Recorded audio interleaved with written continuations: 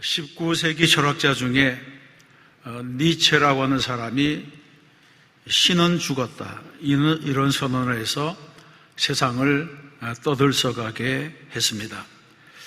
그래서 오늘날까지 무신론자들이 이 표현을 즐겨 사용하고 있습니다. 그런데 니체를 연구하는 학자들은 니체의 이 선언이 신의 존재에 대한 본질적인 부정이 아니라고 말합니다. 니체가 이런 선언을 한 것은 그 자신이 신의 부재를 확신했기 때문이 아니라 자기가 살고 있던 시대의 교회를 바라보니 교회가 믿는 하나님이 죽었다는 결론을 내릴 수밖에 없었다고 하는 그런 설명입니다. 한때 우리나라에서도 공자가 죽어야 나라가 산다 이런 책의 제목이 유행한 적이 있습니다. 이 책은 공자의 죽음을 주장한 것이 아니라 유교 자체가 안고 있는 권위주의, 폐쇄성, 형식주상주의, 파벌주의 이런 것을 비판하면서 당시 성균관의 도덕적 위선과 무능, 부패를 지적했습니다. 결과적으로는 유교가 시대적인 흐름을 바르게 읽지 못해서 근대화에 뒤처지게 되고 소외된 것을 강조하는 그런 내용이었습니다. 니체도 역시 목사의 아들로 태어나서 철학자가 된 사람입니다. 니체가 철학자의 눈으로 19세기에 타락한 서구 자본주의의 모습을 바라보고 그 자본주의를 지탱하고 있는 시대 정신을 바라보고 교회를 통해서 배출된 성도들이 세상을 살아가는 모습을 바라보면서 그 시대의 교회와 교인들의 삶에서 전혀 신의 존재를 발견할 수 없었다고 하는 것입니다. 결국 니체의 비판은 자기 역할을 다하지 못하는 교회에 대한 비판이었다고 볼 수가 있습니다. 오늘의 본문에서 주님은 사대교회를 향하여 내가 살았다 하는 이름은 가졌으나 죽은 자로다 이렇게 말씀합니다. 사람의 눈에는 굉장하고 살아있는 것 같았지만 우리 주님께서 보시기에 그 교회는 마치 죽어가는 식물 인간과도 같았다고 하는 것입니다. 교회를 향한 이런 책망은 무서운 경고의 말씀입니다. 그러면 사대교회는 왜 책망을 받은 것입니까? 우리가 사대교회의 책망을 받으려고 하는 이유를 알려면 먼저 그 사대라고 하는 도시가 어떤 곳이었고 그곳에 있었던 사대교회는 어떤 교회였는가 하는 것에 대한 이해가 있어야 됩니다. 역사적으로 보게 되면 사대라고 하는 도시는 소아시아를 지배하던 리디아 왕국의 수도였습니다. 그래서 주전 700년에는 화려한 전성기를 가졌던 그런 도시였습니다. 그러나 이 도시가 연이어 페르시아의 고레스, 헬라의 알렉산더, 수리아의 안티오코스의 침략을 받아서 쇠퇴의 길을 걸어가다가 주 17년에 있었던 대지진으로 도시의 모든 것이 다 파괴되고 말았습니다. 그런데 초대교회 당시에는 로마의 티베리우스 황제의 도움으로 도시가 다시 재건되어 번영하고 있었습니다. 그래서 외적으로 보기에는 분명히 살아있다고 말할 만큼 복구가 되었지만 그럼에도 불구하고 실상은 옛날의 영화로부터는 점점 쇠잔해가는 그런 도시였다고 하는 것입니다. 이것이 오늘의 본면의 배경이라고 할 수가 있습니다. 역사적인 기록을 보게 되면 페르시아가 이 사대를 300여 년간 통치했는데 이 도시를 지배하면서 이 도시를 무력화시키려고 일체의 무기를 다 빼앗아 버리고 악기와 춤을 장려해서 이 사대에는 사치와 향락과 음란이 넘치는 그런 도시가 되게 했다고 말합니다. 로마 시대에 와서도 이 사대는 황제 숭배가 강요되지 않았고 이방의 신전이 많지 않았기 때문에 마치 이곳은 영적인 무풍지대와도 같았습니다. 그런데 이런 안정된 환경이 오히려 사대교회로 하여금 쇠퇴의 길을 걸어가겠다고 하는 것입니다. 무엇 때문에 그런 것입니까? 사대교회 안에는 니골라당의 위험도 없었고 황제 숭배의 박해도 없었지만 박해보다 더 무서운 세속 문화에 도취되어서 영적인 타락의 길을 걸어갔다고 하는 것입니다. 그러므로 박해와 이단보다 더 무서운 것이 무사 안일주의입니다. 도전이 없는 곳엔 응전이 없고 응전이 없는 곳에는 발전도 없습니다. 그래서 역사가 아놀드 토인비는 역사의 수로 바뀌는 도전과 응전으로 돌리는 것이라고 보았습니다. 그러면 이 사대교회가 죽어간 직접적인 이유가 무엇입니까? 첫 번째로 살펴볼 것은 사대교회는 과거에 집착하는 교회였다고 하는 것입니다. 사대라고 하는 도시에 살고 있던 사람들은 과거 사대가 누렸던 역사적인 영광, 그 화려함에 대한 추억과 자랑이 많았습니다. 이것이 문제입니다. 사실 과거의 경력을 자랑하는 사람들은 대부분 현재가 과거보다 못하다고 하는 것을 드러내는 사람입니다. 명함에 직책이 많이 기록된 사람치고 똑바른 경력을 가진 사람이 별로 없습니다. 그리고 사람들 가운데는 과거에 벼슬을 한 적이 있는 사람은 대부분 마지막에 했던 관직으로 자신을 불러주기를 원합니다. 그래서 전화를 걸어보면 비서가 전화를 대신 받는 사람들 가운데 많은 분들이 지금 장관님이 안 계십니다. 뭐 이런 대답. 의원님, 총무님, 장군님 이렇게 부릅니다. 장관을 그만둔 지 10년이 지나도 여전히 장관이라고 부르고 국회의원 한 번 하고 5번 떨어져도 여전히 의원님이라고 부르고 또 그런 호칭을 좋아합니다. 이 모든 것은 허세라고 볼 수가 있습니다. 미국 LA 지역에는 약 67만 명의 한인들이 살고 있습니다.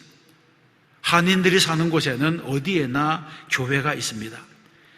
캘리포니아 주에는 한인교회가 거의 1000여 개가 있고 LA 지역만 해도 300여 개의 한인교회가 있습니다. 교회가 많아서 좋은 일도 있지만 문제들도 많이 있습니다. 또 교회가 많다 보니까 교회 이름도 가지가지인데 한국에 있는 대형 교회의 이름은 다 미국에 가면 있습니다. LA에 가면 LA 영락교회가 있고 산호세에 가면 산호세 충현교회가 있고 동신교회, 강리교회, 사랑의 교회, 온누리교회 그런 교회들이 다 거기에 있습니다. 그런데 특이한 교회 이름이 하나 있었는데 LA에 가보니까 언제나 그리운 고향교회 이런 긴 이름의 교회가 있었습니다. 특이한 이름이라 그렇게 생각했습니다. 그런데 저는 그 교회의 이름을 보는 순간 이 교회는 소망이 없는 교회다 그런 생각을 했습니다. 왜냐하면 이미 미국으로 이민 와서 미국 사회에 뿌리를 내리고 영주권을 받고 시민권을 받고 그 땅에 살아가면서도 밤낮 한국에 두고 온 고향교회를 생각하며 흘러간 과거의 추억만을 가지고 산다면 그런 교회의 미래가 어떻게 밝아질 수가 있겠습니까? 우리나라도 경기도 파주 그 부근에 가게 되면 제대로 된 견고한 주택들이 별로 없습니다. 강원도 고성도 마찬가지입니다. 처음에는 잘 몰랐는데 알고 보니까 그곳에는 북한에서부터 피난 내려온 피난민들이 정착해서 사는 곳이 많았습니다. 고향 땅이 지척에 있기 때문에 언젠가 휴전선이 열리면 다시 돌아가서 고향집에서 살려고 하는 이런 생각이 있기 때문에 피난 내려와서 지은 집들이 부실하고 허술하고 견고한 집들은 거의 없다고 하는 것입니다. 우리 역시 과거에 대한 향수에서 벗어나지 않으면 더 나은 미래를 준비할 수가 없습니다. 교회도 그렇습니다. 교회도 과거에 대한 향수, 과거에 대한 추억에 젖어 있으면 자꾸 그 시절이 가장 좋았던 시절 같고 그 시절로 돌아가야 할 것 같은 생각을 가지게 됩니다. 그러나 여러분, 흘러간 시간은 되돌릴 수가 없습니다. 그러므로 과거에 매이는 사람, 과거에 매이는 교회, 과거를 자장하는 조직, 단체에는 소망이 없다는 것입니다. 중요한 것은 과거보다 현재입니다. 과거의 영광보다는 오늘, 지금 어떤 교회가 되고 있는가, 지금 우리는 무엇을 하고 있는가, 이것이 중요합니다. 사대교회는 과거가 화려한 교회였습니다. 에베소 교회와 더불어서 소아시아 선교를 주도했던 그런 교회입니다. 그러나 주님께서 이 사대교회를 책망하시는 그날, 사대교회는 과거의 영광이 다 시들어버린 내가 살았다 하는 이름은 가졌으나 죽은 자로다, 이런 책망을 듣게 된 교회라고 하는 것입니다. 그러면 주님이 원하시는 교회는 어떤 교회입니까? 주님이 원하시는 교회는 과거에 매이지 아니하고 오늘 현재 주어진 삶의 자리에서 불타는 열정과 소망을 가지고 하나님의 나라를 위해서 헌신하는 이런 교회를 원하신다고 하는 것입니다.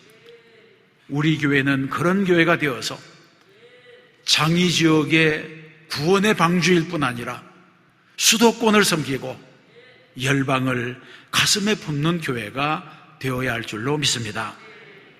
두 번째, 사대교회는 현재에 만족하는 교회였습니다. 주님께서 사대교회를 무엇라고 평가했습니까? 1절과 2절에 보게 되면 내가 내 행위를 아노니 내가 살았다 하는 이름은 가르쳤으나 죽은 자로다. 너는 일깨어 그 남은 바 죽게 된 것을 굳건하게 하라고 했습니다. 이 말씀 중에 내가 살았다고 하는 이름을 가졌으나 죽었다고 하는 이 책망은 사대교회의 아주 뼈아픈 책망의 말씀이라고 볼 수 있습니다. 이것은 무엇을 말해주느냐 하면 이 사대교회 안에는 이름뿐인 교인들이 많았다는 것입니다. 올바른 믿음을 가진 교인들이 적었다는 것입니다. 그러다 보니까 이 사대교회가 주변에 널리 알려진 교회, 사람들이 그 교회의 이름은 익히 알고 있지만 실제로는 교회다운 교회의 구실을 하지 못하고 있습니다. 이것이 바로 주님의 책망입니다. 교회 부흥에 대해서 우리는 여러 가지로 평가할 수가 있습니다. 교회가 부흥되는 일은 즐거운 일입니다. 매주일 등록하는 성도가 생기고 주일마다 예배드리는 성도로 교회가 가득해진다면 얼마나 보기가 좋겠습니까? 그런데 사람이 많이 모여도 한 가지 걱정이 있습니다. 그것이 무엇이냐 하면 성도들의 익명성의 문제입니다. 군중 속에 숨어 있는 것의 문제입니다. 새로운 아파트가 건축되고 주민들이 입주하고 서서히 교회에 등록하는 새신자들이 생기게 됩니다. 그런데 이분들이 지난번 교회에서는 아주 열심히 봉사하고 헌신하던 그런 분이었는데 교회를 옮기고 나서는 조용히 숨어서 자신을 드러내지 않고 신앙생활을 하려고 합니다. 목사의 아들과 딸도, 장로 권사의 아들과 딸도 자기의 정체가 들키면 큰일 날까 봐 숨어서 신앙생활합니다. 그러면 안 됩니다. 이런 사람들은 부모의 인생을 부정하는 사람들과 마찬가지가 되는 것입니다. 교회는 성장해야지 단순히 비대해지면 안 됩니다. 살이 찐다고 하는 것은 단순히 교인 수가 늘어나고 있다고 하는 것을 말합니다. 교인 수만 늘어난다고 하는 것은 마치 신생아가 출생하는 것처럼 교회 안에 교회가 돌보아야 될 영적인 그런 갓난아기가 자꾸 늘어나는 것과 마찬가지입니다. 이런 교회에 만일 교인들이 모두가 수동적인 익명의 교인이 되고 비활동 교인으로 채워지게 된다면 이렇게 늘어나는 영적 어린아이들은 누가 돌볼 수 있겠습니까? 그래서 교회에서는 익명의 교인보다는 실명의 교인이 필요하고 비활동적인 교인보다는 활동적인 교인이 필요하고 단순히 교인이 아닌 제자가 필요하게 되는 것입니다. 여러분 모두는 실명의 교인이 되시고 활동적인 교인이 되시고 예수님의 제자가 되시기를 바랍니다. 여러분, 우리는 한 번 믿는 예수 잘 믿어야 됩니다. 우리는 끝까지 잘 믿어야 되고 삶의 현장에서 그리스도의 증인되는 제자가 되어야 할 줄로 믿습니다. 세 번째, 사대교회는 미래에 대한 꿈을 잃어버린 교회라고 할 수 있습니다. 사대교회가 역사의 흔적만을 남기고 사라져버린 것은 미래에 대한 소망을 잃어버렸기 때문입니다. 사람도 마찬가지입니다. 현상 유지에 급급하다 보면 미래를 내다볼 만한 안목이 생기지 않습니다. 그래서 눈앞의 이익만 쫓아다니다가 결국은 실패합니다. 본문에서 주님은 사대교회에 여러 가지 권고의 말씀을 주셨습니다. 2절과 3절이 그것을 말합니다. 너는 일깨어 그 남은 바 죽게 된 것을 굳건하게 하라. 내 하나님 앞에 내 행위에 온전한 것을 찾지 못하였노니 그러므로 내가 어떻게 받았으며 어떻게 들었는지 생각하고 지켜 회개하라. 만일 일깨지 아니하면 내가 도둑같이 이르리니 어느 때에 내게 이르는지 내가 알지 못하리라. 아멘. 이 말씀에 보게 되면 사대교회 안에 온전한 것이 없다는 것입니다. 지적거리가 너무나 많다는 것입니다. 회개할 일들이 너무나 많다고 하는 것을 말씀해 주고 있습니다. 여러분, 미래에 대한 소망을 가진 사람은 다른 사람이 충고하면 충고를 달게 받습니다. 미래에 대한 소망을 가진 사람은 오늘에 어떤 수고가 있을지라도 그 수고를 달게 받습니다. 그러나 미래에 대한 소망을 잃어버린 사람은 제멋대로 아무렇게나 산다는 것입니다. 성경에 보게 되면 꿈을 잃어버린 사람의 대표적인 예로 삼손이 있습니다. 삼손은 나실인으로 태어났습니다. 삼손은 어머니의 태로부터 하나님의 선택을 받았습니다. 그런데 그는 자신을 관리하는 데 실패했습니다. 하나님께로부터 엄청난 특권을 받았지만 받은 사명을 소홀히 하고 이방 여인의 무릎을 베고 누웠습니다. 그리고는 결국 나실인의 표시였던 머리털이 다 깎이고 말았습니다. 그에게서 하나님의 능력이 떠나갔습니다. 이 삼손의 생애에 있어서 가장 큰 비극이 무엇입니까? 그것은 사사기 16장 20절에 있는 말씀처럼 여호와께서 이미 자기를 떠나신 줄을 깨닫지 못했다고 하는 이 말씀입니다. 허랑방탕하게 살아가자 하나님의 능력이 이미 떠나가 버렸는데 자신은 그 사실조차 몰랐다는 것입니다. 하나님의 능력이 그에게서 떠나갔습니다. 더 이상 하나님이 그를 사용하지 않으십니다. 그런데 정작 본인은 그 사실조차 알지 못합니다. 이것이 바로 비극 중에 비극이라고 하는 것입니다. 여러분에게는 하나님의 은혜가 머물러 있습니까?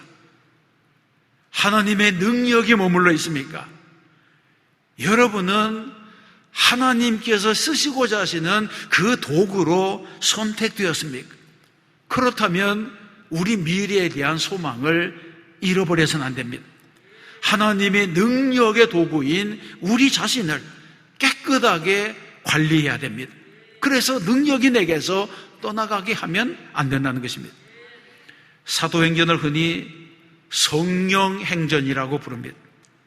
사도행전에는 보통 사람들이 인간의 연약함을 넘어서서 놀라운 일을 행한 기록들이 여기 남아 있습니다. 비천한 직업의 현장에서 예수님을 만났던 제자들, 예수께서 십자가에 달리실 때에 다 도망갔던 제자들, 예수님께서 부활하시고 난 다음에도 다시 갈릴리 바다로 고기를 잡으러 갔던 제자들이 어떻게 변화되어서 세계를 변화시키는 능력의 일꾼들이 된 것입니까? 무엇이 그들을 변하게 한 것입니까? 성경에 보게 되면 주님께서 그들을 다시 찾아오셨기 때문입니다. 그리고 성령을 선물로 주셨기 때문입니다. 인간의 이성으로는 설명할 수 없는 초자연적인 능력이 그들에게 임했기 때문에 그들은 세계를 정복할 수 있고 세계 방방곡곡에 복음의 씨앗을 뿌릴 수 있게 된 것입니다. 여러분, 우리도 우리의 이러한 소명을 버려서는 안 됩니다. 우리가 비록 연약할지라도 하나님이 함께 하시면 능력의 종으로 변화되는 것입니다. 이 희망을 잃어서는 안 됩니다. 선하신 하나님에 대한 기대를 저버리게 되면 사대교회 같이 되고 삼손과도 같이 되고 사울 왕과 같이 되는 것입니다. 하나님의 음성이 더 이상 들려지지 않는 것은 비극입니다. 그래서 잠언 29장에 보게 되면 묵시가 없으면 백성이 방자히 행하거니와 이렇게 말씀합니다. 여러분, 사사시대에 하나님의 말씀이 끊어지자 어떤 일이 일어납니까? 모든 사람들이 제 소견에 오를 대로 행했다고 말하고 있습니다. 이것은 점점 하나님으로부터 멀어지고 하나님의 진노와 책망을 쌓아가는 일이 되는 것입니다. 사랑하는 성도 여러분, 사대교회는 서서히 죽어가는 교회였습니다. 그런데 사대교회가 서서히 죽어간다고 해서 그 안에 있는 모든 성도들이 다 죽어가는 것은 아닙니다. 2절에 보게 되면 너는 일깨어 그 남은 바 죽게 된 것을 굳건하게 하라, 그렇게 말씀합니다. 3절에서는 내가 어떻게 받았으며 어떻게 들었는지 생각하고 지켜 회개하라. 또 4절에 보게 되면 그러나 사대에 그 옷을 더럽히지 아니한 자 몇 명이 내게 있어 흰 옷을 입고 나와 함께 다니리니 그들은 합당한 자인 영고라고 말하고 있습니다. 사대가 죽어가는 것 같지만 그래도 그 안에 흰 옷을 입은 사람, 불의와 타협하지 않고 세상과 타협하지 않은 사람들이 있었다고 하는 것입니다. 이 말씀은 죽어가는 교회 안에도 아직 남은 자가 있다고 하는 것을 말해줍니다. 회개하고 돌이키기만 하면 아직 희망이 남아있는 소수가 있다고 하는 것입니다. 그러므로 우리는 언제나 남은 자가 되어야 합니다. 하나님의 일을 이루는 창조적인 소수가 되어야 합니다. 옷을 더럽히지 아니하는 정결한 자가 되어야 할 줄로 믿습니다. 그리하면 우리 주님께서 이기는 자에게 복을 주신다는 것입니다. 5절에 보게 되면 이기는 자는 이와 같이 흰 옷을 입을 것이요 내가 그 이름을 생명책에서 결코 지우지 아니하고 그 이름을 내 아버지 앞과 그의 천사들 앞에서 시인하리라고 했습니다. 이 땅에서 믿음으로 승리하는 자에게는 하나님께서 흰 옷을 입혀주시고 정결한 옷을 입혀주시고 이 세상과 구별되었다고 하는 것을 보여주시고 생명책에 그 이름을 기록하여 주시고 무엇보다도 우리 주님께서 하나님 앞과 천사들 앞에서 나의 이름을 불러주시고 나를 시인해 주신다고 말씀한 것입니다. 그렇습니다. 여러분, 세상에서 나를 알아주고 세상 사람들이 나를 기억해 주는 것은 잠깐입니다. 다 소용이 없습니다. 주님이 내 이름을 알아주시고 기억해 주셔야 하는 것입니다. 그 이름을 내 아버지 앞과 그 천사들 앞에서 시인하리라. 이 말씀보다 더 큰 축복이 성도에게 없는 것입니다. 여러분, 금년에는 1월부터 시작된 코로나 바이러스가 멈추지 않아서 모든 일상생활이 위축이 되고 경제적인 침체까지 이르게 되었습니다. 그런데 많은 경제학자들이 이 경제 침체의 효과가 9월에는 본격적으로 나타나는데 그 본격적으로 경제 침체가 나타나는 그 시기가 대단히 불길하다고 예측하고 있습니다.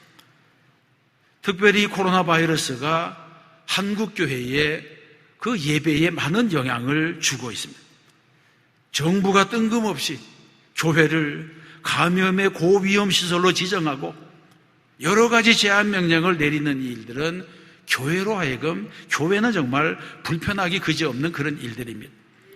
그럼에도 불구하고 한국교회는 방역의 지침을 잘 지켜나가면서 이 코로나 바이러스가 하루속히 종식되기를 기도하고 있습니다. 코로나 바이러스는 한국교회에 여러 가지 인식의 변화를 주고 있습니다. 그 중에 한 가지는 그동안 우리가 너무 편안하게 예배를 드려온 것이 아니었나, 이런 깨달음입니다. 그런가 하면 한국교회의 체질이 마치 온실 안에 화초같이 연약한 것이 아닐까. 우리는 환난과 핍박이 다가올 때에 초대교회의 성도들 같이 순교를 무릅쓰고 하나님 앞에 나아갈 수 있을까, 이런 반성이 우리에게 절절히 일어나고 있는 것입니다. 초대교회 이후에 313년 기독교가 로마의 공인된 종교가 될 때까지 300여 년을 통해서 10번의 대박해가 있었습니다. 적어도 30년에 한 번꼴로 대박해가 일어났습니다. 이런 박해가 로마 제국으로부터 시작되면 기독교인들이 원형 경기장 안에서 맹수의 이빨에 물어뜯기거나 검투사들의 칼에 죽어나갔습니다. 십자가에 달리거나 혹독한 노역에 처해지고 모든 공직에서 쫓겨나고 로마에서 추방을 당하고 지하 카타콤으로 숨어 들어갔습니다. 특히 주후 64년에 일어난 네로 황제의 박해 때에는 사도 바울, 베드로까지 순교를 당했습니다. 그리고 이 네로는 교인들을 십자가에 붙잡아 메어놓고 불에 잘 탈 수 있도록 만들어 놓은 이후에 해가 지게 되면 살아있는 사람에게 불을 붙여서 거리를 밝혔다고 하는 타키투스 연대기의 기록까지 남아 있습니다. 종종 로마의 황제들은 자신들의 정책의 실패, 민심이 이반되고 이런 일이 일어날 때마다 자신들의 실정을 감추기 위해서 기독교인들을 분노의 대상으로 삼고 기독교인들을 희생의 제물로 삼아서 이런 악한 일들을 저지른 것입니다. 그러나 기독교는 이런 악한 모든 박해조차도 견디어내고 마침내 로마의 국교가 되었습니다.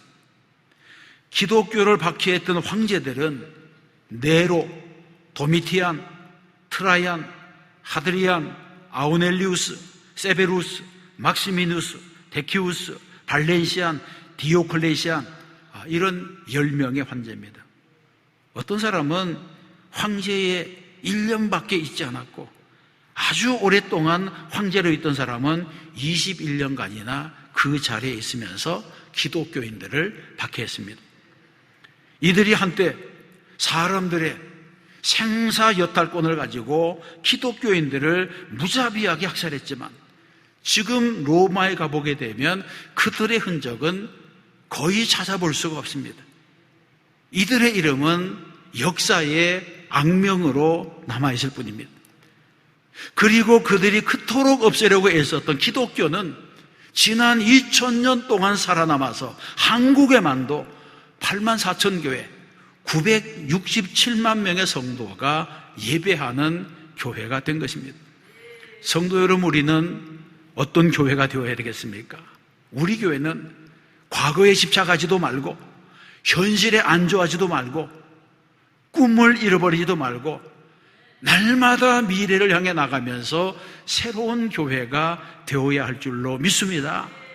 그리고 성도들도 2절과 3절에 있는 말씀처럼 늘 깨어서 자신의 신앙과 믿음을 굳게 하고 하나님의 은혜를 깊이 생각하고 받은 축복을 지키고 그리고 무엇보다도 하나님 앞에 진실한 회개로 나가는 사람이 되어야 됩니다. 주님께서 사대교회 성도들에게 분명한 음성으로 말씀하시길 깨어라, 굳게 하라, 생각하라, 지키라, 회개하라고 하는 명령을 주셨습니다.